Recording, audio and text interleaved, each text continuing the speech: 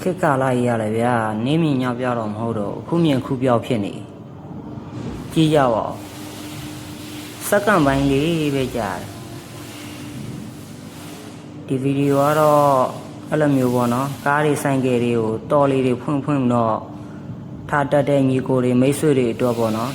ဒီရွယ်ပြီးတော့တင်ပေးတာပါခဏလေးဖြစ်ဖြစ်စက္ကန့်ပိုင်းလေးပဲဖြစ်ဖြစ်မိနစ်ပိုင်းလေးပဲဖြစ်ဖြစ်ပေါ့နော်နီးပဲနီးဝေးဝေးဆိုင်ကယ်တွေကားတွေအဲ့လိုမျိုးတော့တွေဖွင့်ပြီးမှထားခဲ့ကြပါနဲ့လို့အမှကြည့်ပါဦးဗျာစက္ကန့်ပိုင်းလေးပဲကြာတယ်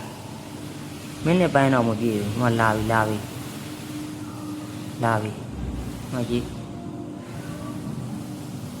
မကြီးသူတွေ့ပြီလေ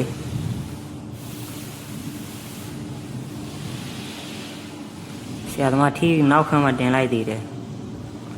မသိလို့ဆိုရင်သူ့ကာကြနာပဲနော်တမင်တကာကြီးကိုတက်ပြီးတော့မောင်းသွားတာကြမသိလို့ဆိုရင်သူ့ကာပဲသူ့ကာလို့ဘာလို့နဲ့ပလိန်တက်မောင်းသွားမကြည့်အောင်ပိုင်ရှင်ထွက်လာပြီ surprise ပဲပိုင်ရှင်ထွက်တော့မကြည့်အောင်ပိုင်ရှင်တော့တကယ်